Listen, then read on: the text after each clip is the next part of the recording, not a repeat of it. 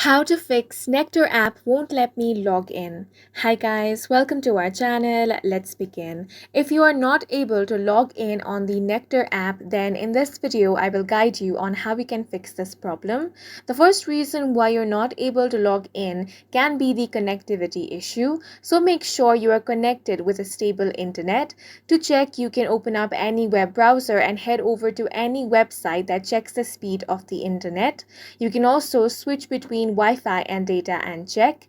If internet is not the issue, then the second thing you want to do is make sure you're using the latest version of the Nectar app. For that, open up Play Store or App Store, and here you want to search for Nectar. Now tap on the update button and update the application to the latest version. After updating the application, open up Nectar and check if your issue has been resolved. If it is still not resolved, then you want to head over to Settings. Now scroll down and find the Nectar app. Here you want to tap on Storage. Now tap on Clear Cache, then tap on Clear Data and delete all the application's data. After that, open the application and check if your problem has been fixed. If it is still not fixed, then you simply want to uninstall the application. After you have uninstalled it, you want to reinstall it again by heading over to Play Store or App Store.